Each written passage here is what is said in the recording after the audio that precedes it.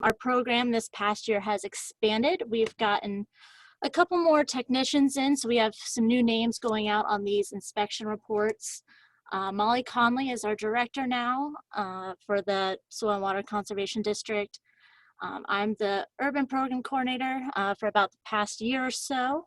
And then we have Mitch Otto is a new urban technician here. He's out hitting the field, out on these sites.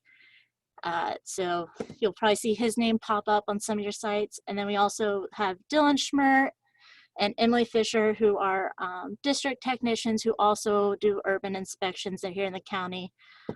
So you also see them on your inspection reports. So just a quick overview of how to get an earth disturbing permit here in the county. Make sure you set a full set of construction plans and SWIP to Warren County agencies. So our office, the Soil and Water Conservation District, the engineer's office, or your local municipality's office if they have their own MS4 program.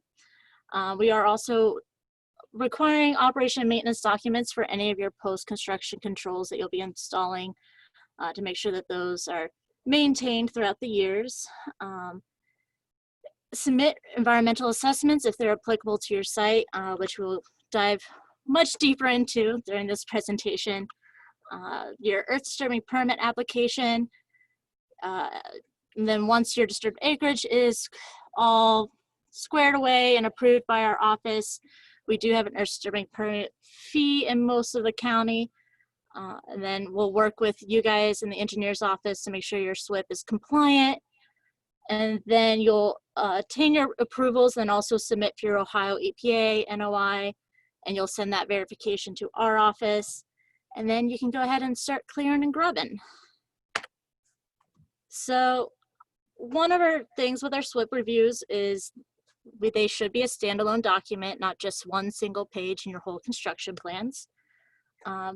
One thing that we're starting to ask for is to utilize the Ohio EPA sediment basin compliance tool. It's a great tool. EPA released it about a month or two ago.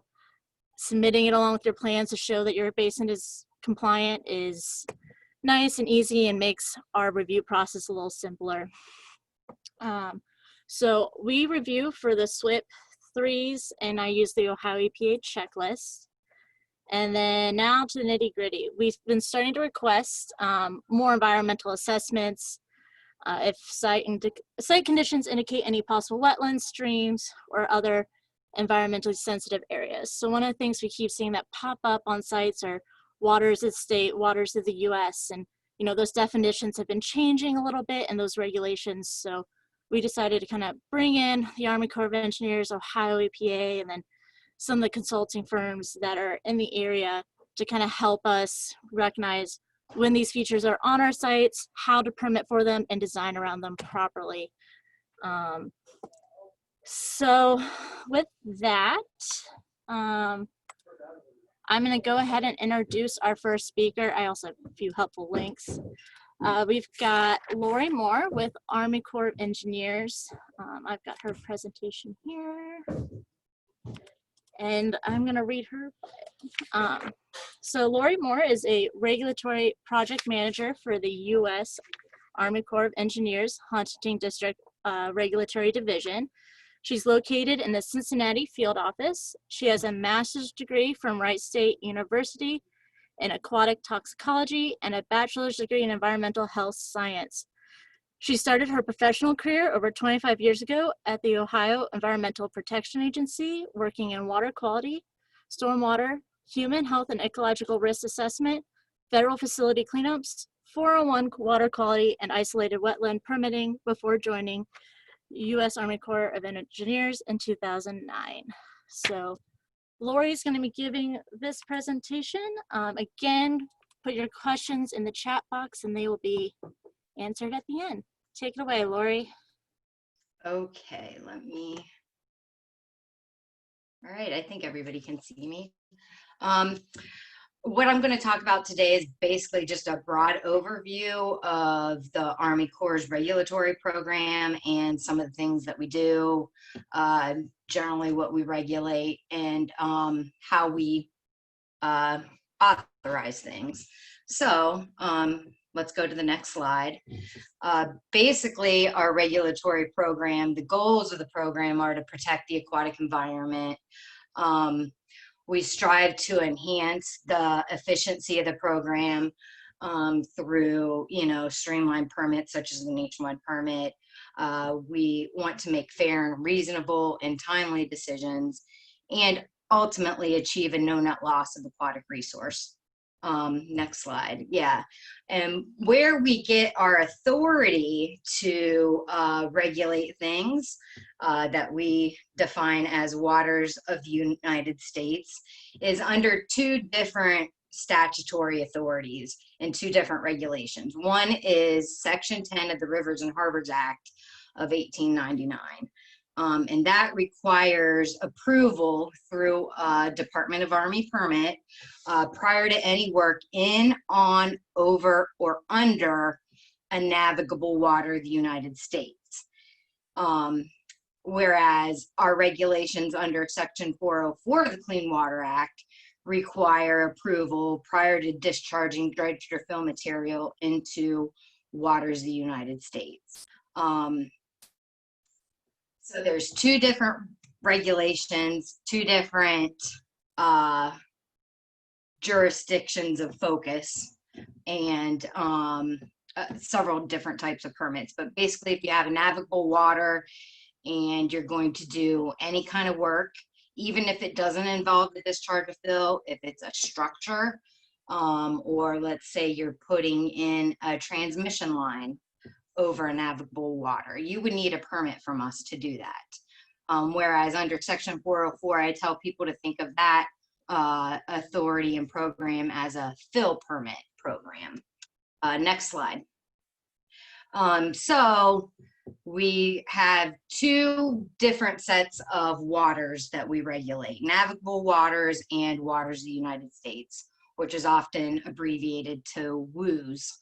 So navigable waters, which are Section 10 waters, that's designated. That was designated by Congress. There's a list that each district maintains, and we have a website where that list can be found. Also, at the beginning of the nationwide permits, each navigable water within a district is listed.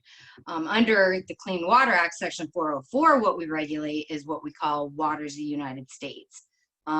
Those are defined in our regulations under 33 CFR 328 to 329. There were recently some amendments to 328.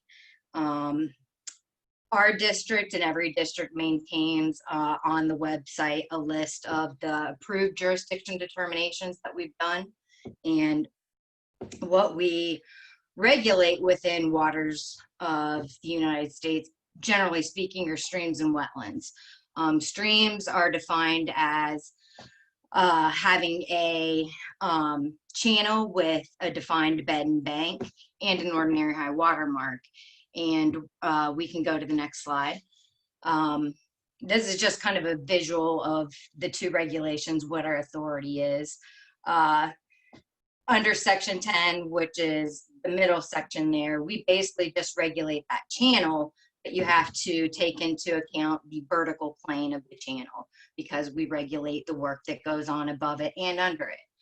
Whereas under Section 404, our jurisdiction extends to include those waters of the United States that are wetlands and in that little, in that wet zone adjacent to rivers and streams. All right, next slide.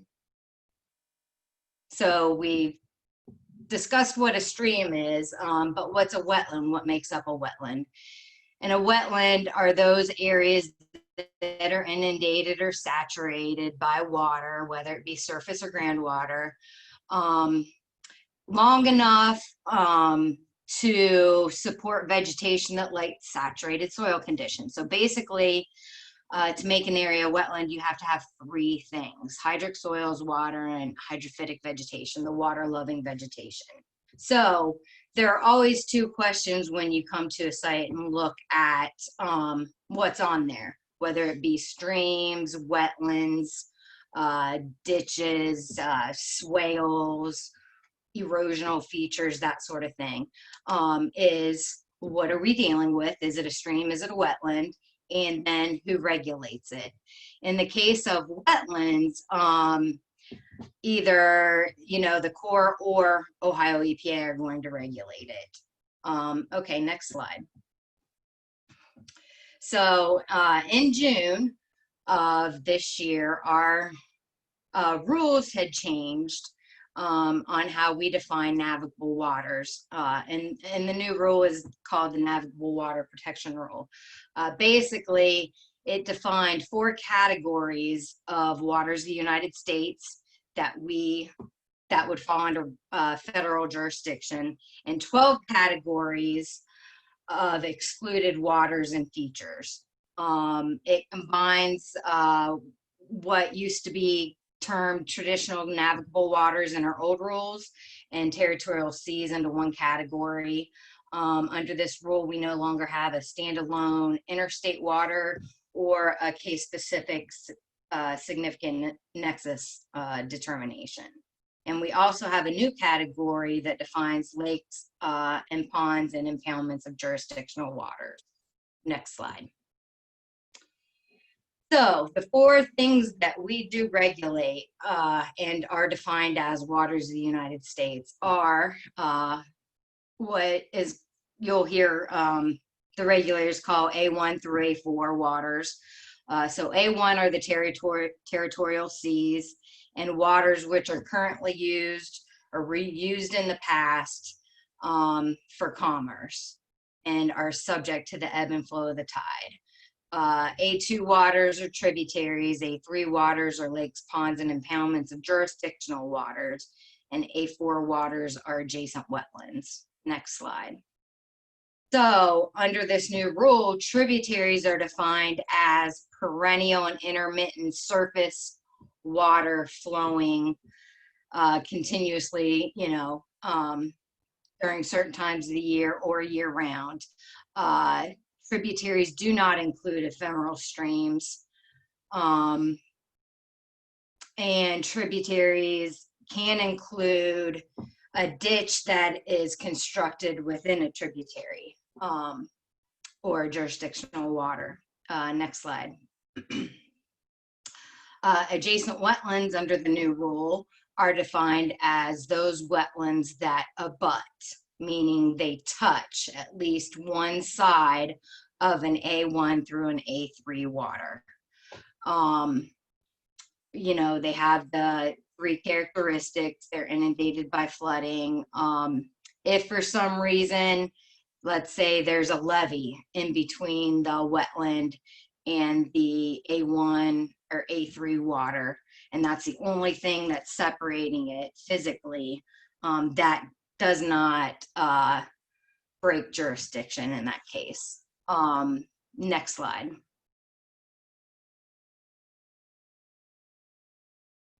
So what we don't regulate, or what is considered non-jurisdictional waters of the United States, are these 12 exemptions or exclusions. The first one are waters or water features that are not identified in A1 through A4.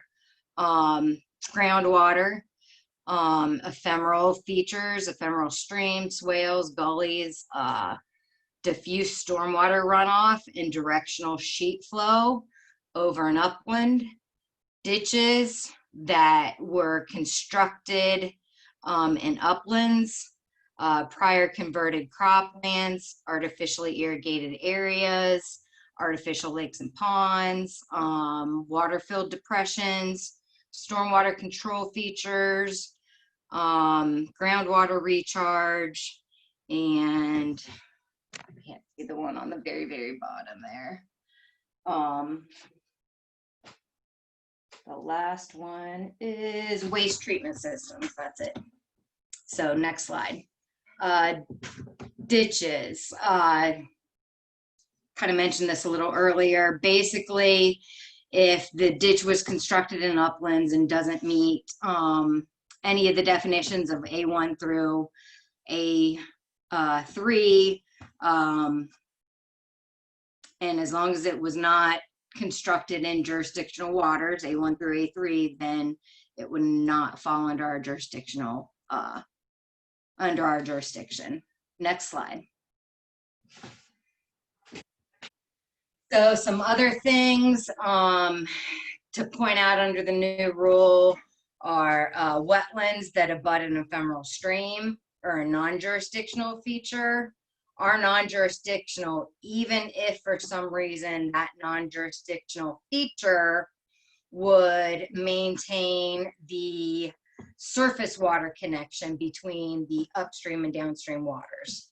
A wetland that's flooded by navigable water once every 100 years would not fall into the adjacent wetlands definition. This new rule does not affect an applicant's ability to request a preliminary JD, which basically is a streamlined method to say, this is the waters that we have on site and we agree to be regulated by you. So for the purposes of saving paperwork, we'll just move forward type thing. So you still, as an applicant, have that ability to get a PJD. And we still can do split PJD and AJDs. If a site has some features that would be excluded under the rule, we would do an AJD on those to say they're non-jurisdictional. But on the features where it's likely they fall under our federal jurisdiction, the perennial tributaries, we might just throw those on a PJD form and sign off on them and say, yeah, okay, these would likely be waters of the state if we went through the paperwork exercise of doing the AJD. Next slide. So figuring out what is on site and what falls under federal jurisdiction is called a jurisdictional determination. And that's one of the things that the Army Corps does on project sites. Not every site has a jurisdictional determination done. It's not required for every site. And you can request a jurisdictional determination on its own, or if you have a project that you are planning on doing, and you know what your impacts are, you can, and you still want a JD, you can combine those into a joint request.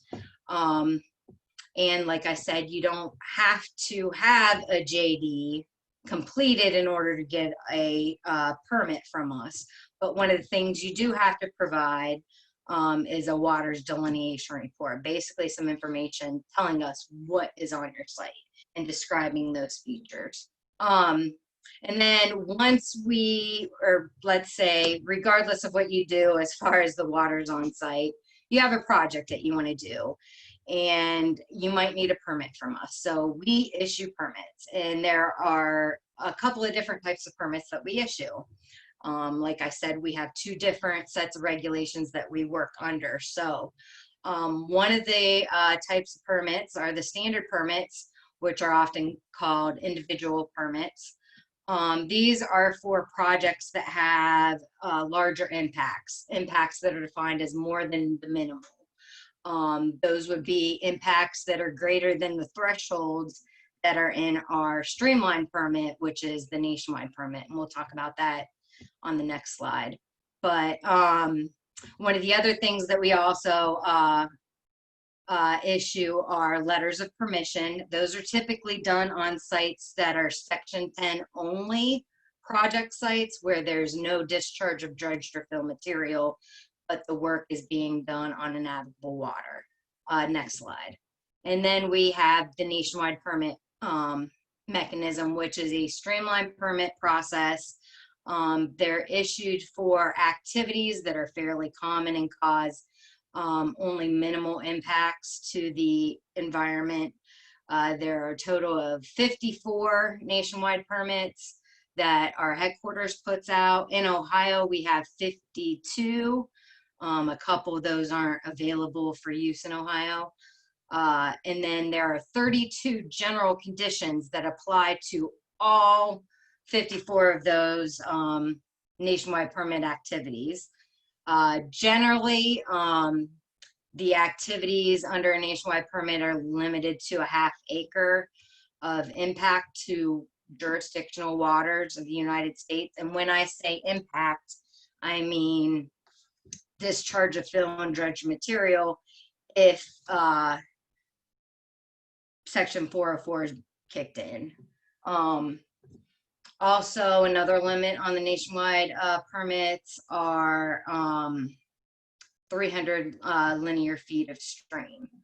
The nationwide permits, like I said, they're streamlined, so they're issued once every 5 years. And then they get reissued, and things do change when they get reissued. These were the set that we currently are operating under were issued in 2017. They expire, since they're issued for a 5-year period, they expire on March 18th, 2022. And sometimes under the nationwide permit, you have to notify us for verification that you can do your project and you meet the terms and conditions of that nationwide. When you do have to notify us for verification under a nationwide, generally it takes 45 days for us to review. Sometimes that could take 60 days or longer if the project involves agency coordination, such as coordination with the Ohio History Connection on cultural resources or historic properties. All right, we can move on to the next slide. Under the nationwide permits, you will find pre-construction notification requirements. Not all activities require notification to us before you do the work, provided you are following the terms and conditions of the nationwide permit. There are several different areas where you will find those notification requirements. Sometimes they're regional conditions. Part B5 speaks to waters of special concern. If you're located on the Little Miami River, it's a wild and scenic river. All projects or all work on the Little Miami River require notification to us. And then under each specific nationwide activity, you have notification requirements. In the nationwide permits, everything's spelled out on what's required to provide to us. Next slide.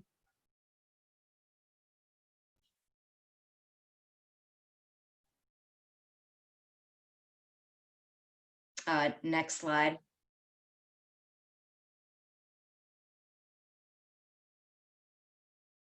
Technical difficulties real quick. Okay, no worries.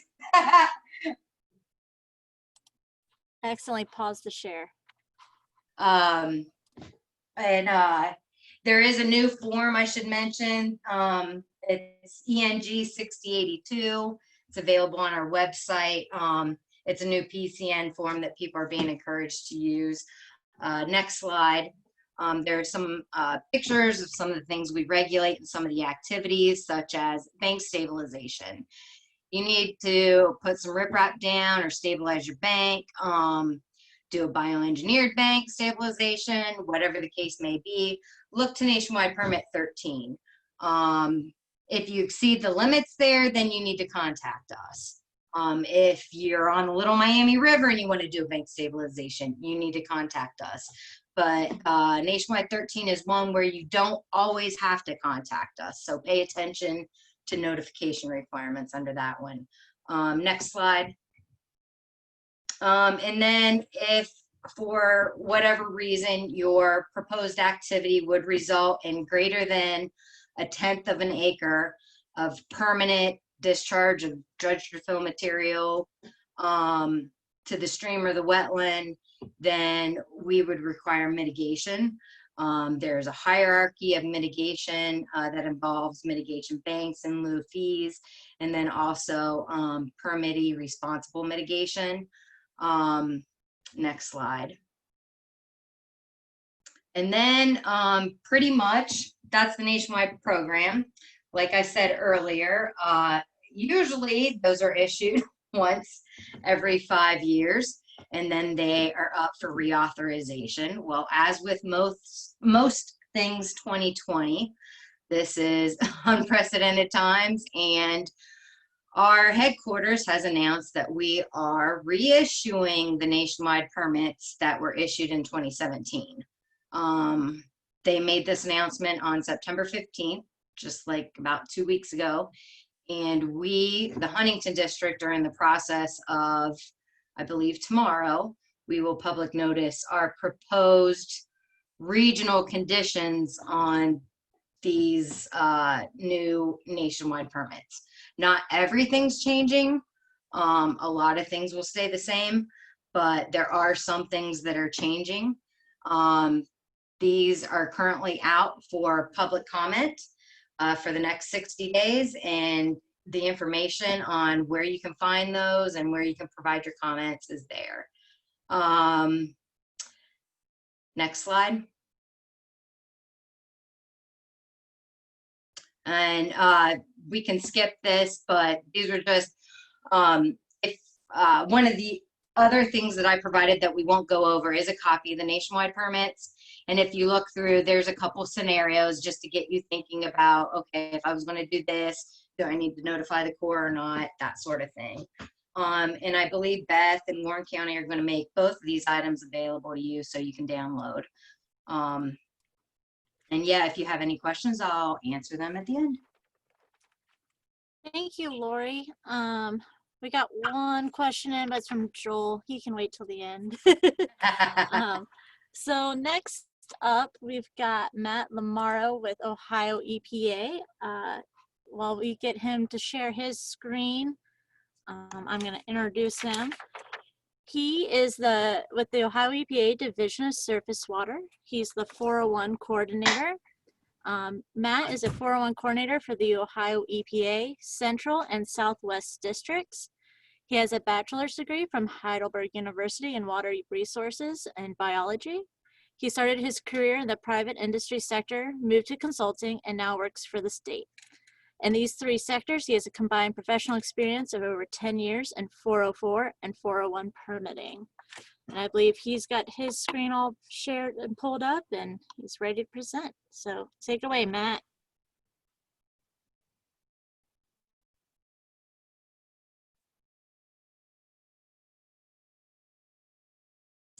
Matt, you may be muted still. Am I unmuted now? Yep, you're good to go. Okay, cool. I had the screen pulled up here and didn't know how to get back to the other screen, but yeah, thanks, Beth. As she mentioned, my name is Matt Lamro with Ohio EPA. I'm the 401 coordinator for Central and Southwest District. And I apologize, I don't have videos on my computer, so I'll just have to deal with that photo of me. So just an overview of the presentation here. We'll get into first. I'll go over these first few slides pretty quick. Lori kind of already touched base on these. So wetland and stream identification. Here's our definition of a wetland in our Ohio Revised Code. And it basically is what Lori had mentioned before, the three criteria: hydric soils, presence of hydrology, and mostly hydrophytic vegetation. Which of these is a wetland? The answer is both. Is this a wetland? Yes, it is. This is actually the same wetland in different time of year, so in the winter. So you can see it's dry there, and almost 3 feet of water there. So definitely makes a difference in the seasonal fluctuations there.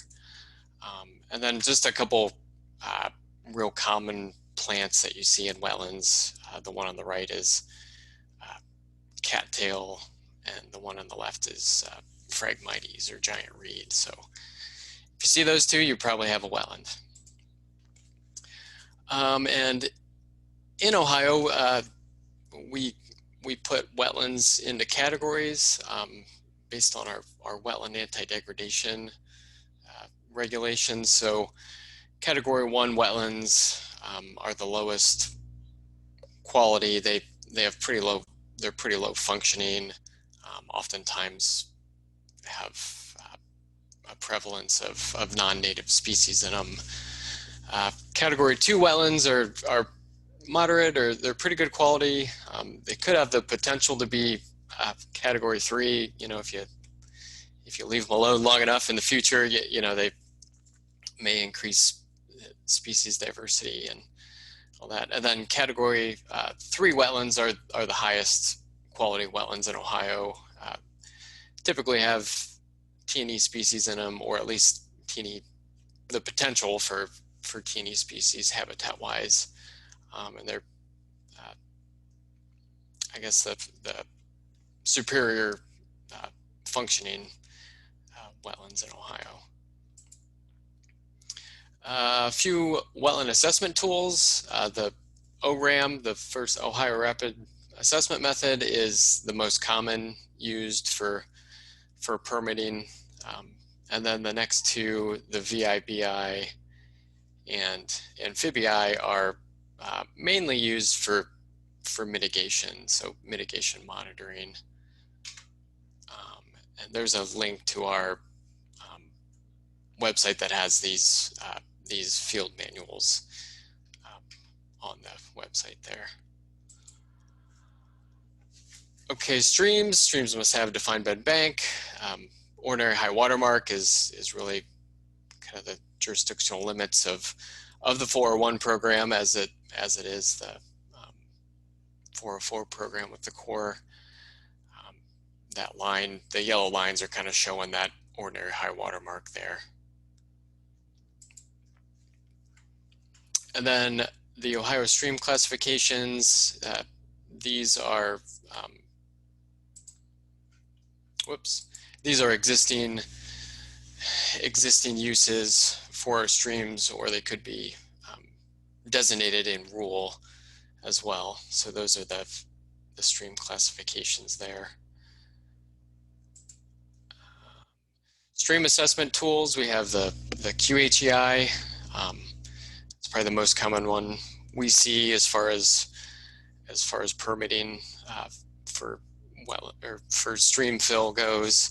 Then there's also the IBI and ICI, which evaluates fish and macroinvertebrate populations, respectively. For primary, I don't have this on the slide, but for primary headwater streams, typically less than a square mile watershed, we also have a primary headwater manual to follow to evaluate those streams. It includes HHEI, HMFEI, and some salamander sampling too that you can use to assess those smaller streams. Then getting into the laws and rules, the Clean Water Act is the section 401 is part of that Clean Water Act, so all of our authority under 401 comes from the Clean Water Act. The Ohio Revised Code is our state regulations or state laws, and Ohio Administrative Code is our state rules. And just Clean Water Act here, also known as Federal Water Pollution Control Act, and it's where the two different types of permits come from, I guess. Or, so the Corps' 404 permit, and then the Ohio EPA's 401 permit, or certification. And then again, just here, the Corps' 404 part, they issue jurisdictional determinations and have the 4B1 guidelines. Then the section 401 is Ohio EPA's portion of that Clean Water Act. Basically certifies that Corps' 404 permit is going to be valid in the state of Ohio and not violate the state water quality standards. And then Ohio Revised Code, like I said, it's the state laws. Our isolated wetland permitting is included in ORC, and also our fee structure for the application and review fees. And then the administrative code includes our general water quality standards and the wetland water quality standards. And then it also includes a section on water quality certifications, mainly what we need to be included in a certification application to deem it complete. And then for one program update, I put this ahead of the permitting process just because the updates impact the permitting process. So just real briefly, go over the new, the final federal rule for 401 certification. It became effective just a couple weeks ago, September 11th, and it requires 9 items for a valid 401 certification request. And I won't name all these off, but there's the first 4 items. And then items 5, 6, and 7 listed. The main thing here, just to mention, and I'll mention it again later, but this pre-filing meeting request is one of the probably the biggest changes. So just keep that in mind when submitting a application or a certification application. And then the next 2 items are they're given to you. You just have to include these statements in the 401 certification request. And then, as I mentioned, the pre-filing request is a required step now, and how we're handling that, at least for the moment, is using Ohio EPA's. It's kind of an informal process, but it's their pre-application request process. So you can request basically I guess just how we were doing it before, just basically request a pre-application review or meeting, and we'll go through that process. The only difference is it's a required step now. And I just put coordinate early on here. I think that's the most important thing, is just, especially early on here, just coordinate early.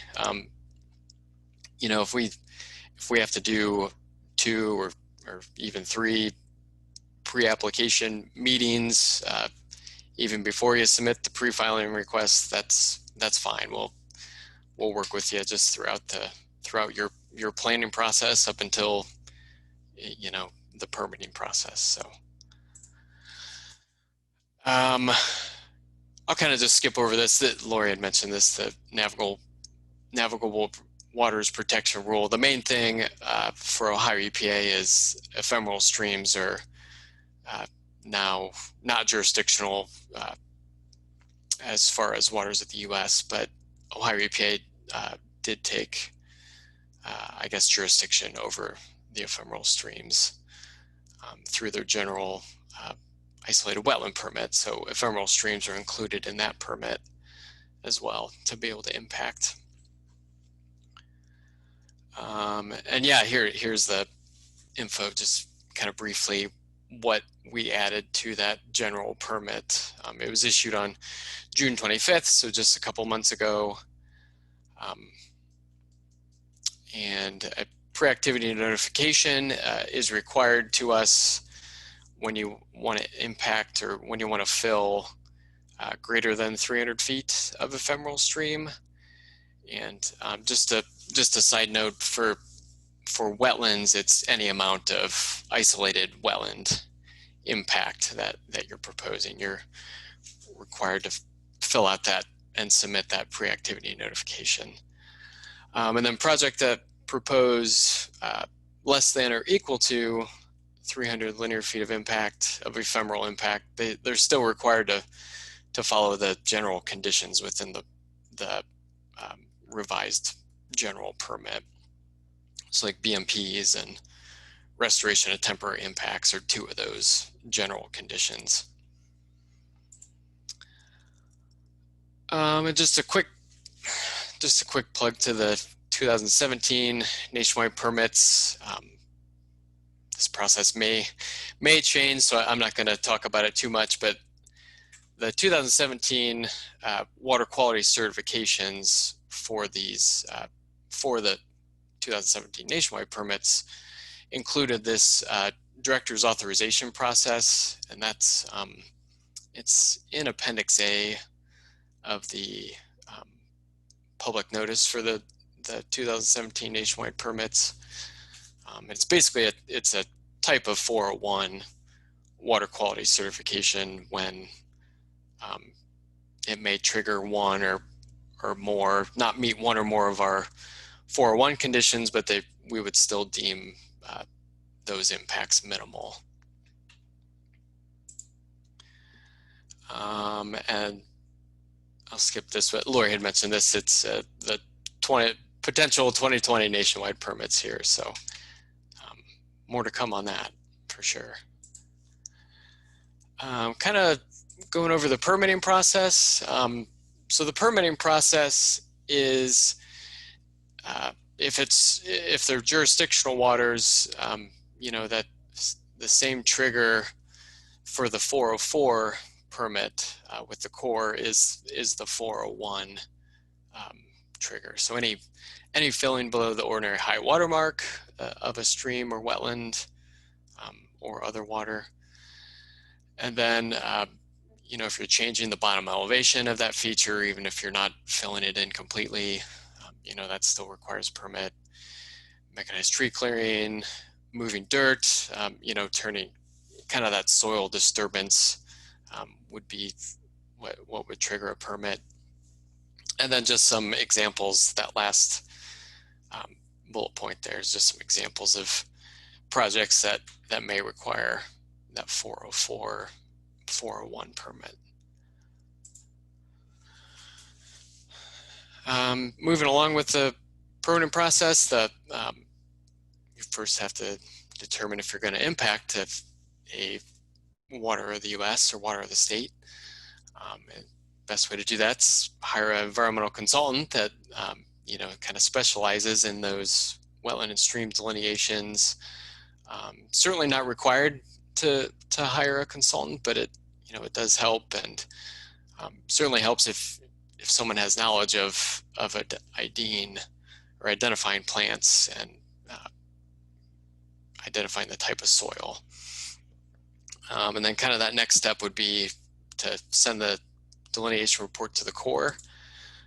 Here's just a graphic that kind of splits. It depends on what the features are. So if they're non-jurisdictional, you'll likely go through our permitting process. So either an isolated wetland permit or an ephemeral stream permit. They're lumped into that one general permit that we have.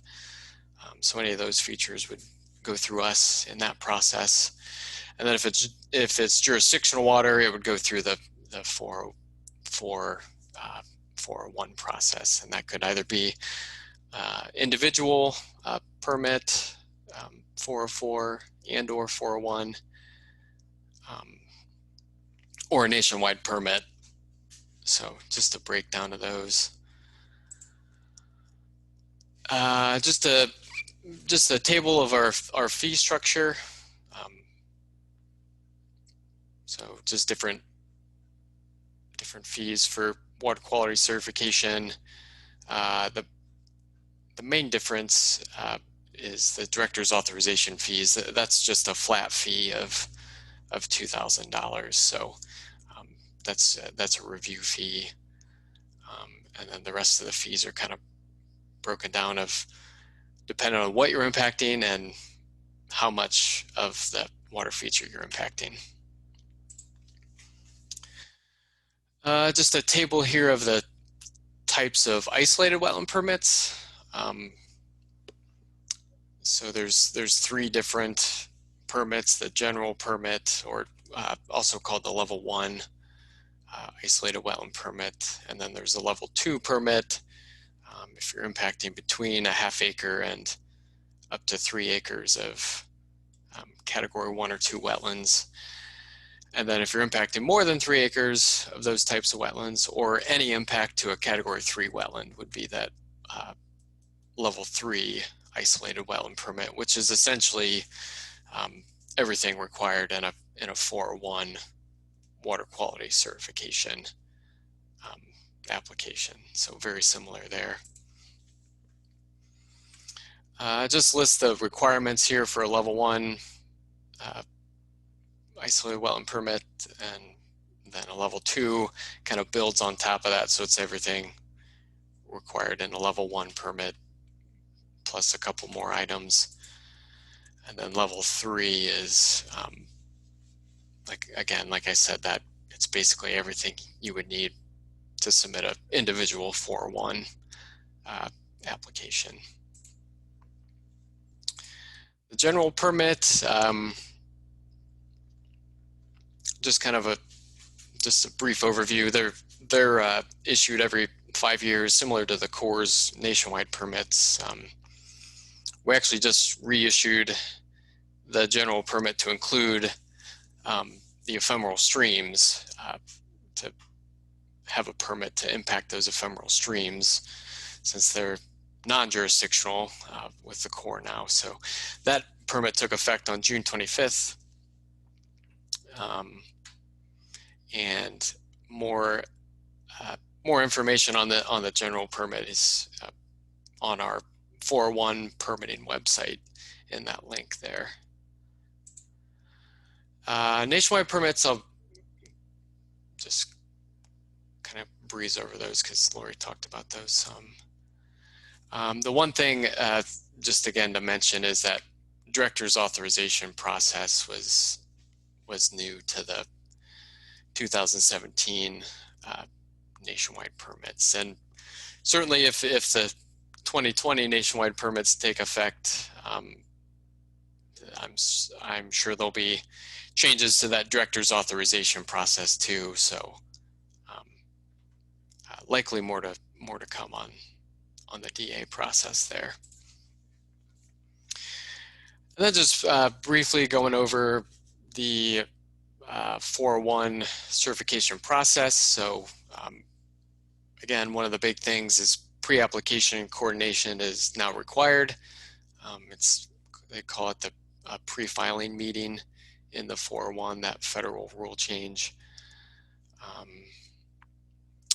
You would submit your 401 application. We have 15 business days to review that application and deem it complete, or if it's incomplete, we send you a list of items we still need. A site visit may occur during this completeness review, or could occur later on in the process. Usually when it's an individual 401, we do a site visit. So just so we can get a grasp on all the the impacts being proposed. And then once it's deemed complete, the public notice process starts. And part of that public notice process, a public hearing, there are certain instances where it may be mandatory, or the public can actually comment and request a public hearing as well. And right after that public comment period, us as 401 reviewers will take a more detailed technical review of the application, and then we have 180 days from the date of a complete application to take an action in our rules, and then it's now not to exceed 365 days from the date that we receive a certification request. So that's a little different than it was in the past. And then typically a Corps will take action on their 404 permit once we issue the 401 water quality certification. It doesn't always happen that way, but that's typically how the order it happens in.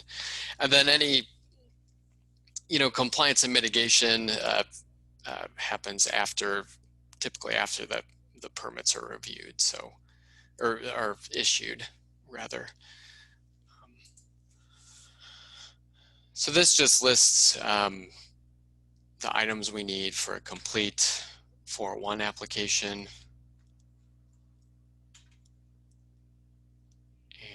And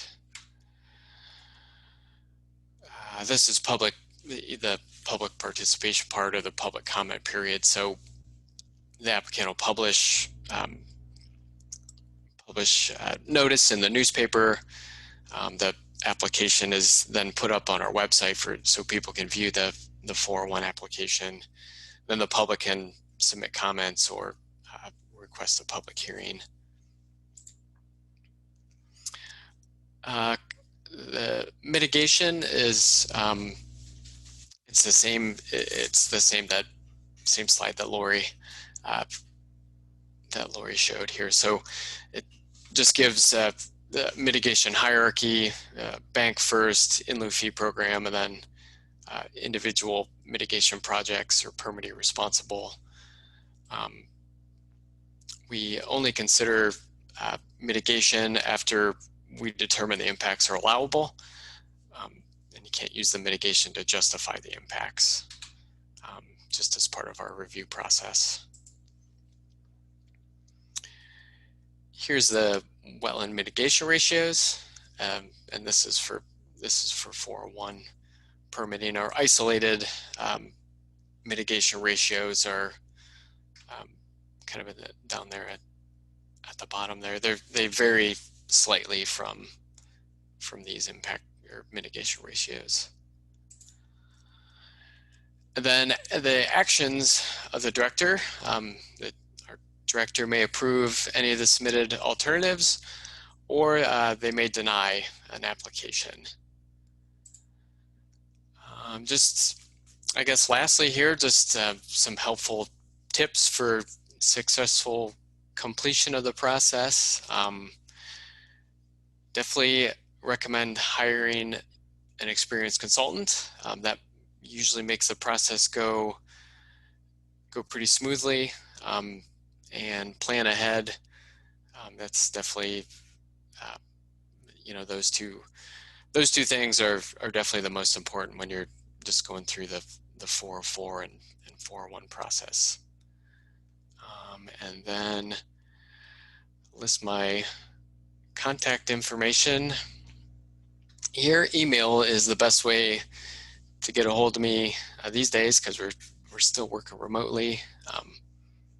You can call in and leave a voicemail. I do actually have voicemail set up to transcribe to my email, so I'm more responsive now to that.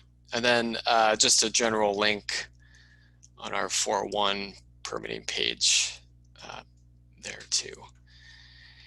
And just last slide, there's another photo of me kayaking, and sounds like we're going to take questions at the end, so I'll be happy to answer any questions at the end. Thanks. Thank you, Matt. We're running just a few minutes behind, but I'm going to go ahead and introduce our next speaker. Go ahead and Matt, unshare your screen so Joel can pull his up. Our next speaker is Joel Thrash with Cardno. He's a senior project manager there. Joe manages the Cincinnati, Ohio regional office for Cardno's Restoration Services business unit and leads a team of professional skilled in full service ecological consulting and natural resource management. Joel and his staff specialize in ecological surveys, habitat evaluations, natural resource management planning, regulatory permitting and compliance, mitigation planning and conservation banking, restoration management, and ecological monitoring. Joel has more than 15 years experience working with energy companies, transportation organizations, A&E firms, municipalities, developers, park districts, utilities, conservation groups, and watershed managers throughout the Midwest to restore and manage water resources using ecologically informed solutions. Joel has an MEN in Water Resource Management from Miami University and a BS in Environmental Science from Marietta College. So Joel is going to take it away, and then we will have a Q&A session at the end. So feel free to type in your questions in our chat. All right, thanks, Beth. I'm just making sure you can hear me, right? Yes. Okay, all right, thank you. Appreciate you guys having me on here. It's good to hear Lori and Matt. I think what I'll talk about, try to marry up some of what they're saying and how we kind of do this in reality for the regulated community, i.e. our clients. I'll try to customize the talk a little bit to the residential and commercial developments, as I think this is maybe the general audience that we're having, but certainly some of these things will apply to just about any project type. Just quickly about our Cardno, a lot of folks I know are on here know us, but the first kind of 4 or 5 services there are more what we call our consulting business, and we also work on the back end of a lot of projects on the mitigation side, stream and wetland restoration, and have our own native plant nursery. And you can see with the catalog there to supply a lot of the products that clients need to fulfill these requirements. Today I'm going to spend a bit of time talking about the various types of site assessments that we perform in fulfillment of the regulations that you heard from the previous speakers. Talk briefly about those different kinds of surveys and especially some of the things that we encourage, which would be impact avoidance and minimization strategies. When we do have to do pre-construction notification or permitting, some of the things to pay attention to. Specifically that third to last bullet there, federal nexus considerations. I'll go through that. Lori touched on it. I'll try to expand on what that means for these projects and then briefly talk about mitigation and costs associated with all that, typical. So I guess the first thing to point out is we get a lot of questions or pick up projects from other firms a lot of times, and one of the first things we hear from some occasionally is, hey, I had a phase 1 environmental site assessment performed on the project. And it's important to keep in mind that these phase 1 environmental site assessments that are performed are done mostly for lender-driven requirements, and they have to do with regulated material reviews, underground storage tanks, environmental liens, activity use limitations. They are not necessarily, and usually are not, what we would consider a regulated waters assessment or something that would be suitable to take to the core Ohio EPA to get a permit. These are kind of more like due diligence red flag overviews and not something that you should use to try to go get a core permit with. So what do you need? Various types of these assessments. We perform them most of the time as part of preliminary site planning for our clients, or if they know they're going to get into potential permitting issues, we're going to need to do some kind of more detailed regulated waters evaluation.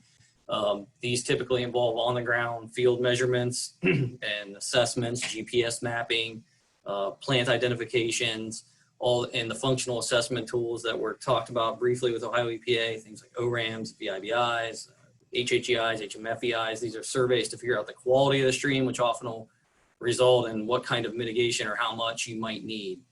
And it's important to know that they are regulatory and compliance driven, not lender driven.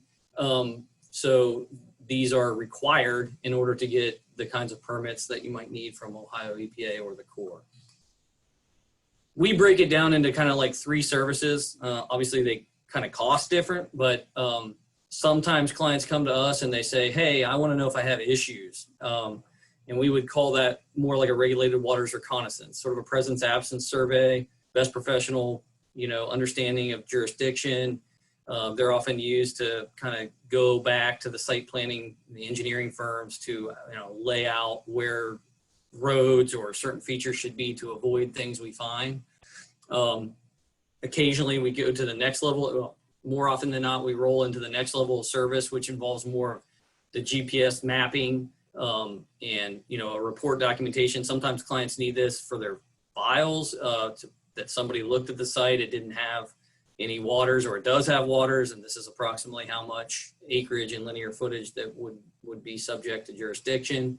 That is occasionally certain banks we have seen require that from, say developers to provide some kind of documentation to that effect above and beyond what a phase 1 might do. And then sort of the gold standard for getting permits would be what we would call the regulated waters or wetland and other waters of the U.S. delineation. That's the most common thing that we would do for a project that needs to go before the Corps or Ohio EPA. These involve sub-meter survey mapping that can be kind of some fancy GPS units we have that can really drill down to the acreage sizes and pick up areas in woods. It can also be flagging it and having an engineering firm or a surveyor come up and map those features to get a very accurate estimate on what the regulated area might be. These also involve the full functional assessments. These are forms that the agencies will need in order to process permits and understand the types of features on that site, quality of them. We also go through and perform habitat assessment as part of this service because, especially in like Warren County or really most counties in Ohio, there are T&E species. That RTE on there stands for Rare, Threatened, and Endangered Species. And many a times when you start to go into the permitting process, that becomes an issue. So while we're out there doing the regulated waters delineations, we're also mapping trees greater than 3 inches in diameter with exfoliating bark and those kinds of things, and trying to have an understanding of the forest composition and the types of habitat that might be there that could or could not support T&E species. This results in more of an official report that can be pretty lengthy depending on how much is out there, and that is what we would then submit for a jurisdictional determination or a permit with the Corps. The Corps, Lori talked about this, and so I won't beat it, but in general, some of the things we hear a lot of times is, well, it's not on a USGS topo map. And so I bolded there in that fourth bullet, typically correct. Anything that would be shown up on a USGS map, anything that might be named, those are most likely going to be, regulated waters of the U.S. Wetlands that show up on NWIs a lot of times are as well. But there are many, many, many, many features on the landscape that don't show up on those maps for various reasons. And particularly streams that contain this defined bed and bank, ordinary high water mark, riffle pool habitat, or intermittent interstitial flow. Those are the things we see most commonly not on those kind of red flag review maps. So, if you're an engineering firm or a developer that relies on that as part of your early site development, just keep in mind that that's a good tool, but it's not, it shouldn't be taken as gospel.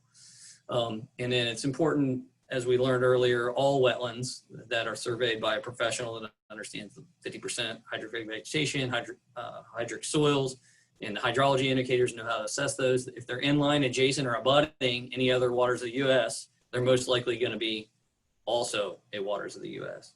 And these features are all regulated by the Corps under Section 404. Waters of the state is a much broader definition that, pretty much includes, as I understand, almost all intrastate waters within the state. They can be ponds, isolated wetlands, ephemeral streams now, man-made waters even. So these are we often misconstrue to think it's only isolated wetlands, but it's really all waters in the state. Just the ones that are also waters of the U.S. are more appropriately regulated by the Corps. Then the things that aren't picked up by the Corps are picked up under Ohio EPA's definition. So hydraulically isolated waters like wetlands that don't have defined outlets to some other waters of the U.S., that would be waters of the state. We now know, that ephemeral streams under the new Navigable Waters Protection Rule are likely non-jurisdictional federal waters, but likely to be regulated by the state of Ohio under Chapter 6111. And just as we think about why we need delineations in some of these services, Ohio has almost 36,000 linear feet of ephemeral streams. They've estimated that's like 65% of all the stream mileage in Ohio are these smaller streams that likely don't show up on many maps. So just a quick little, hey, is this jurisdictional or non-jurisdictional game? Since we don't have a lot of interaction, I'll just go through the answers, if you will. So this stream, as you can see, has some little pools there, a lot of cobble gravel, nice substrate. This is going to be a jurisdictional stream. It's intermittent. It may not flow like in this picture, it's not flowing, but it will throughout portions of the year.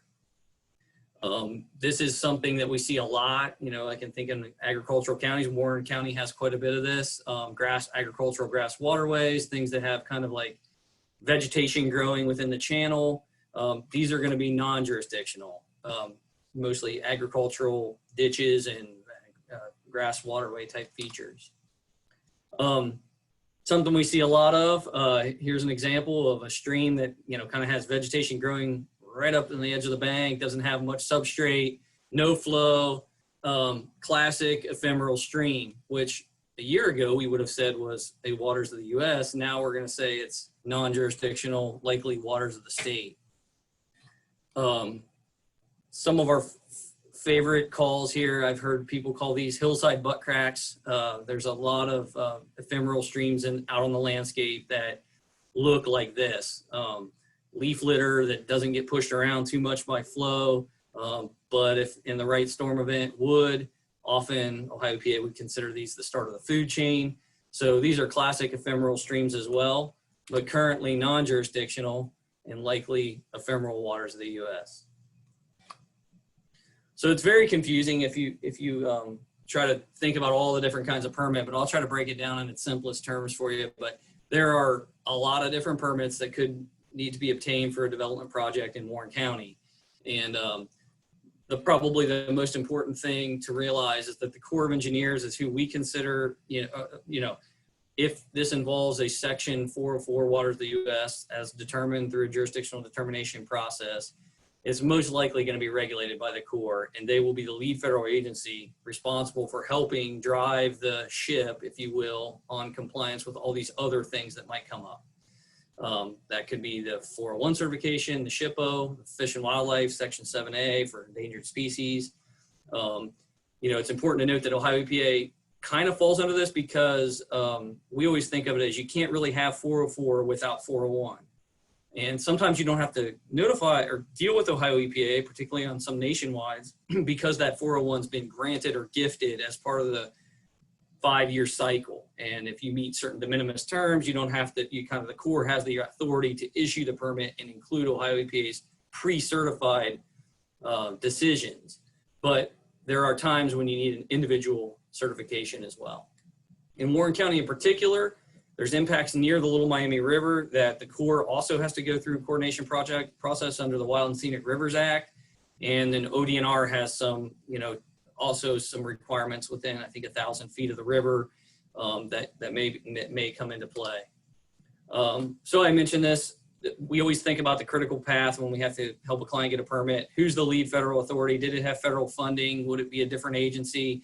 Could it be FERC if it's an energy project? Could it be federal highways or the DOT if it's a transportation project? But for most folks on here that are probably reviewing and or developing residential commercial projects, I would venture to guess that the Corps of Engineers is going to be the lead federal authority on almost all these projects. And they will then, not be able to issue, say, a nationwide permit until all these other things are satisfied.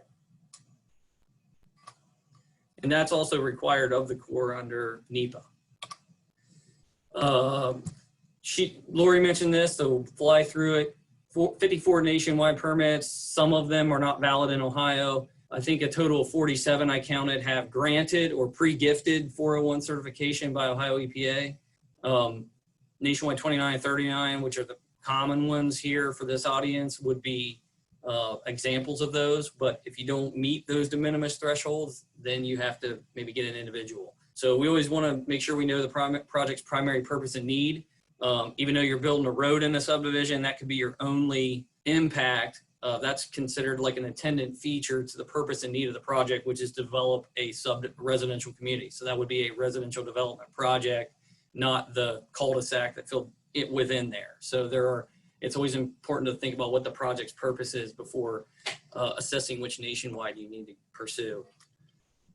Same slide Lori kind of had on where the Corps regulates. I think of it slightly different. A lot of people think nationwide permit, individual permit, and that's good thought process, but there are really 3 kinds of nationwide permits that you get. There are some that need no coordination with the Corps, no pre-construction notification. You basically operate under the nationwide general permit. Examples of those would be Nationwide 3A, Nationwide 13, bank stabilization. Lori mentioned that one. The more common thing for residential commercial development would be this Nationwide Permit 2939, where you have to actually go and provide PCN to the Corps. So that those are ones that require you to submit an application and a pre-construction notification and all the supporting documentation in order to receive a letter back from the Corps verifying that the streams are on site or wetlands are jurisdictional and that you are authorized to place fill in them up to the amount allowable by the Nationwide. The third category is something Matt mentioned, which is there are some Nationwide permits that require individual 401 certification. They're a little more complicated. There's also the director's authorization, and the kind of main place I see that used is the stream eligibility requirement. We'll show that slide next. But then after the Nationwide, kind of types of permits, then we get into the more complicated individual permits that can take time. A lot of public commenting, alternatives analysis, socioeconomic justifications, those kinds of things. So I mentioned the stream eligibility. One of the first things we look at when we pick up a project is like, is it in one of these purple or yellow watersheds? I kind of threw Warren County on there to the best I could. Projects in those areas need a little bit extra attention in terms of whether or not they meet the pre-certified conditions Ohio EPA has given. So if it's in a purple watershed, they're going to tell you that a Nationwide permit cannot be used. So you have to go to them to get an individual 401. If it's in one of these yellow watersheds, we just have to do a little bit more field assessment to either prove or disprove whether that feature is of high enough quality to deserve that. So contact us if you have a question about that. We always encourage, so the first step is to kind of lay out a Waters of the U.S. impact plan. In this example, to protect the innocent, I've kind of cropped it out of a document, but I thought it was a pretty good one. Kind of shows in purple all the ephemeral streams we identified. Blue would be the intermittents and perennials, and then the wetlands are in green there. So engineering firm developer did a pretty good job laying this out around the site. This was before the June 25th decision by Ohio EPA to take ephemeral waters into extra protection at the state level. So the layout's slightly different now, I believe, but at the time, really only two possible Waters of the U.S. impacts, crossing of the road and the wetland that you see there labeled Wetland 1. So then those, since this is a residential project, would require PCN. Unless we can do impact or avoidance. And that's kind of like where we might step in and try to help alleviate the burden of permitting. And that you don't have to go through any of this stuff if you can figure out a way to avoid it placing dredge or fill material in waters of the U.S. Some of the things we see, street layouts being placed on the contour, smart idea, and will often help avoid PCN. Lot layouts outside of streams and riparian areas, wetlands with no build lots. Sometimes we see these labeled as pocket parks or dedicated open space. They might be required up to 30% on a project anyway. So why not use the features we identify as to put in that open space to help avoid permitting and mitigation fees. Lot configurations, we see a lot of times that we can, folks can put the streams in the rear of lots along drainage easements, and therefore the developers cannot build in there. Good idea. And then probably two of the most common, strategies we see are drilling under streams with horizontally to not place the pipe or whatever in it, or conspans or three-sided chambers structures to span the ordinary high water mark so the dredge and fill material isn't placed in that stream. This is an example just showing, there was a wetland impact here, bubble clouded in red, but the wetland B, C, and stream 2 were appropriately avoided in some open space. And by avoiding, maybe if stream 2 would have had over 300 feet of impact, it could have been into an individual permit, whereas impacting wetland A, which was less than a half of an acre, the client here was able to keep this in a nationwide permit, save a bunch of fees. The Corps talked about the mitigation hierarchy. I'll just bring up that there are real costs associated with that. So when planning projects, you probably think about it early on what the additional cost could be and comparing that to what, say, a lot might sell for. Our clients do that quite frequently. Going rate right now for mitigation credits we see is For instance, $65,000 at the Great Miami Mitigation Bank, which covers the lower Great Miami River watershed. $75,000 Redstone Farm covers East Fork Little Miami River watershed. That East Fork Little Miami River watershed would be in the secondary service area of all of Warren County. So those are two of the banks we see most frequently. The Ohio in lieu fee program also has fee structure. Streams are where we see that used more because a lot of banks don't have stream credits to sell. Going rate for that, for instance, $255 in the Little Miami River right now.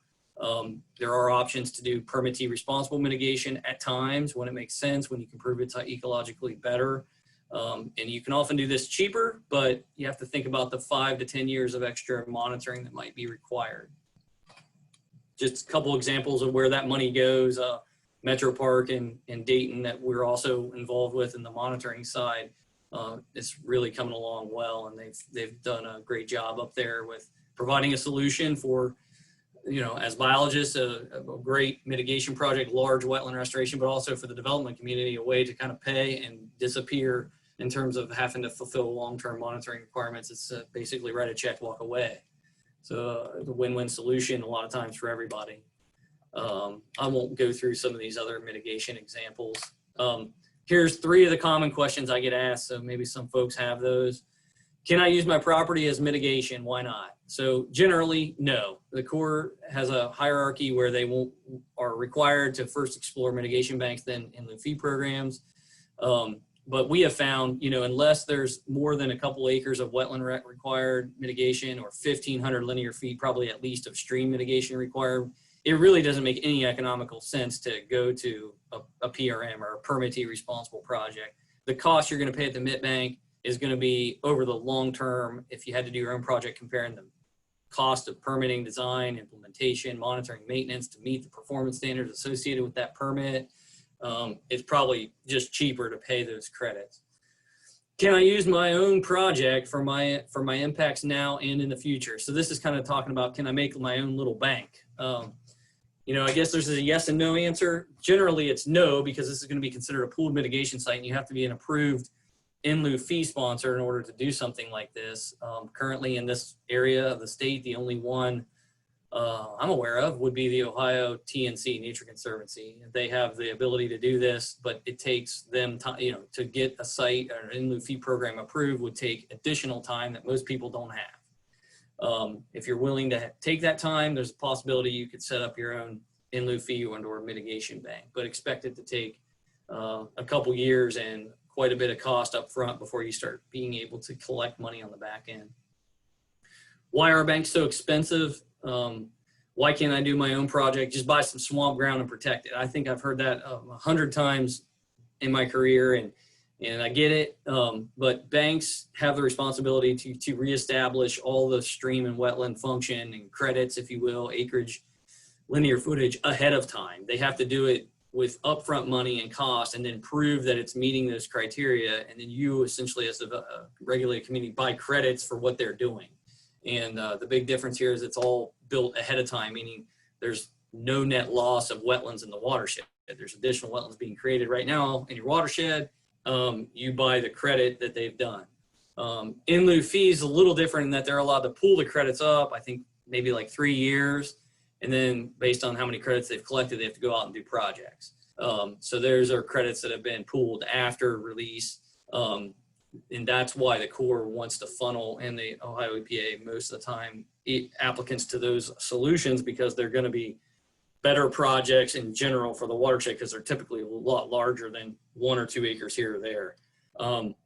Also, on-site PRM is generally harder to provide. A PRM, permittee responsible mitigation. It's typically harder to prove that it's going to provide ecological lift and no net loss. The one, caveat to that would be these ephemeral streams and the mitigation associated with that new general permit. There are some things I think can be done there. Last slide, and then I'll give it up here, Beth. The typical cost that you might see, for consulting fees and something like this, those regulated water assessments I described, they range on the low end, $2,000, $2,500 to full-blown delineations on large sites with lots of features could be, closer to $7,000, $7,500. Waterway permitting and compliance services, these things can include everything from the JD coordination with the Corps, nationwide permitting, the application, the PCN, the federal nexus compliance, which I don't know if I described enough of that. That's basically, you know, literature reviews with SHPO to understand whether or not you have archaeological or historic properties involved, endangered species coordination with ODNR, Fish and Wildlife, and then the 401 certification. Every one of these steps as you go down the bullets here kind of gets more costly. The individual permitting is something we try to keep folks out of as best as possible because it involves multiple alternatives analyses, socioeconomic justification of the project, how many jobs created, what's the tax base increase for the school system, they kind of consider all these things in terms of issuing those. It's also a public comment, public notification process that can be somewhat lengthy and burdensome. And mitigation certainly going to be involved and have costs that range from $60,000 to $75,000 an acre to $300 a linear foot, a good rule of thumb. So I think I got it all. Questions, I guess, Beth, I'll flip it back to you. Thanks, Matt. All right, now we're gonna move on to our question and answer portion. We've only really got one question in there, so if you guys got questions, go ahead and type them in. Here we go. So we're gonna start with the first one. If Lori and Matt wanna unmute themselves and jump in whenever applicable. Okay. The first one we have, why is the Corps reissuing NWPs that are currently still valid through March 2022? Lori, I think that one's for you. A fine question. And yeah, basically back several years ago, maybe around 2017, I think it was, an executive order 13783 was signed that basically said federal agencies were tasked with looking to reduce the regulatory burdens on the production, distribution, and use of energy while maintaining environmental incentives and protections provided by the nationwide permit. So if you do decide to take a look at what's being proposed in the Federal Register, headquarters does say that we are proposing these modifications to simplify and clarify the nationwide permits to reduce burdens on the regulated public and to continue to comply with the statutory requirements that the nationwide permits authorize. Only those activities that result in no more than the minimal individual and cumulative adverse environmental effects. So I hope that answers your question.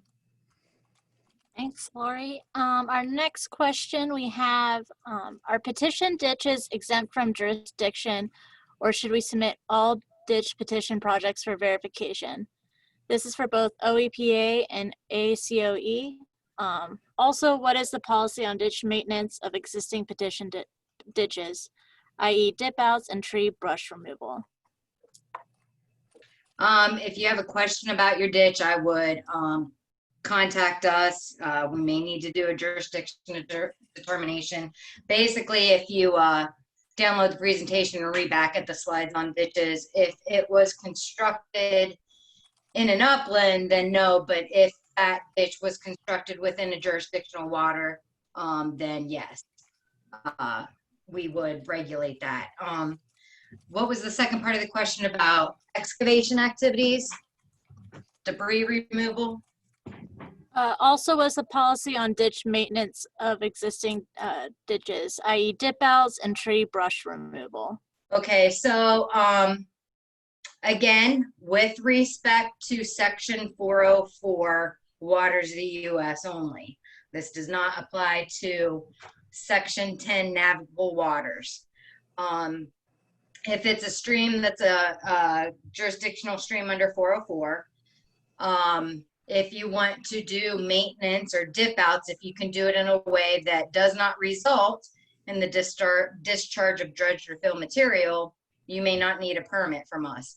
For instance, there's a method that's commonly used called one-step removal, where entities can place their heavy equipment on the top of the bank, next to the, or in uplands next to the, stream or regulated feature, and just reach in, scoop out what it is they need to remove and discharge that in uplands. Whether you put it in the back of a dump truck and haul it off to uplands, as long as you don't put that material back into a stream or a wetland, you may be able to do your maintenance activity or remove your debris or trees or whatever it is you're doing, without needing a permit or having a discharge of dredged or fill material. When it comes to wetlands, you might want to contact us. There are certain things such as timber matting, which is considered temporary fill, that's often used kind of as a work pad for heavy equipment. That actually would be considered a temporary fill that would require a permit from us. So it could get a little trickier near wetlands, but as long as you can do your work in a way that doesn't result in the discharge of dredged or fill material, you wouldn't need a permit under section 404. Now, when it comes to navigable waters, any work in that channel, contact us. Hopefully I answered the question. Matt, do you have any comments on that one, or? Just to expand on that, you know, it's the placement of fill that would also trigger the 401. So if there's no placement of fill in that ditch, I mean, if it's truly a ditch, then yeah, we wouldn't have any concern with that anyway. But if it's like a realigned stream channel that may be reverting back to kind of a natural state, and then you're wanting to dip it out, I mean, that you may want to just contact Ohio EPA just to, there could be, you know, technically it may not require a permit, but you could be violating Ohio's water quality standards. So at that point, you know, if you impact it, we have no permit that allows that, and then could go through enforcement or something kind of messy. So yeah, I think if you're in doubt, just contact us. Alrighty, our next question. As a land developer, if I wanted to disturb an ephemeral stream, what do I need to do from a permit standpoint? So that might be yours, Matt. So yeah, the new general permit that includes ephemeral streams, if it's less than 300 linear feet of ephemeral stream being proposed to be impacted, then that permit covers you as long as you're following the other conditions in that permit, like, you know, best management practices, just making sure you have erosion sediment control around all unimpacted water features. If it's temporary impacts, you're required to restore those impacts to pre-construction conditions. So those are like two conditions I can think of offhand. And then if you're impacting greater than 300 linear feet of ephemeral stream, you would have to submit that pre-activity notification, similar to, it's the same, I guess it's the same pre-activity notification that you would submit for isolated wetland impacts. It probably includes some additional like HHEI forms or something, but. Awesome. And then our next question, it might be our last one, unless anyone else has a couple, get them in now, we might go over a little bit longer. Is Ohio EPA going to require an Army Corps of Engineer jurisdiction on all residential development? It might be kind of a I would say in general, yes. I mean, we need We do need to know if those streams are going to be regulated by the Corps, or if they're going to be covered under our general ephemeral stream permit. So I would say in general, yes.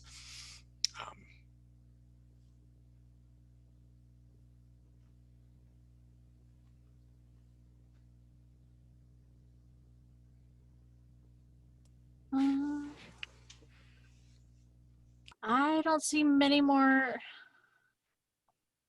questions on ours. There might be a few that were sent to our other. Hold on one second. Hey, Melissa, do you have any questions on your end that came through privately by chance? No, ma'am. Those are all of our questions. Those are all your questions? Alrighty. If you guys have any other questions, feel free to reach out to me or Lori or Joel or Matt. Again, this was recorded. I'll be sending out an email with the recording, and then hopefully some of the PDFs of today's presenters. Hopefully everyone learned something. I was really excited to host this. Thanks again, everyone, for coming. Have a good day. Thank you again, Joel, Lori, and Matt, for speaking and presenting today. Greatly appreciate you guys' thoughts and inputs and expertise. Thank you.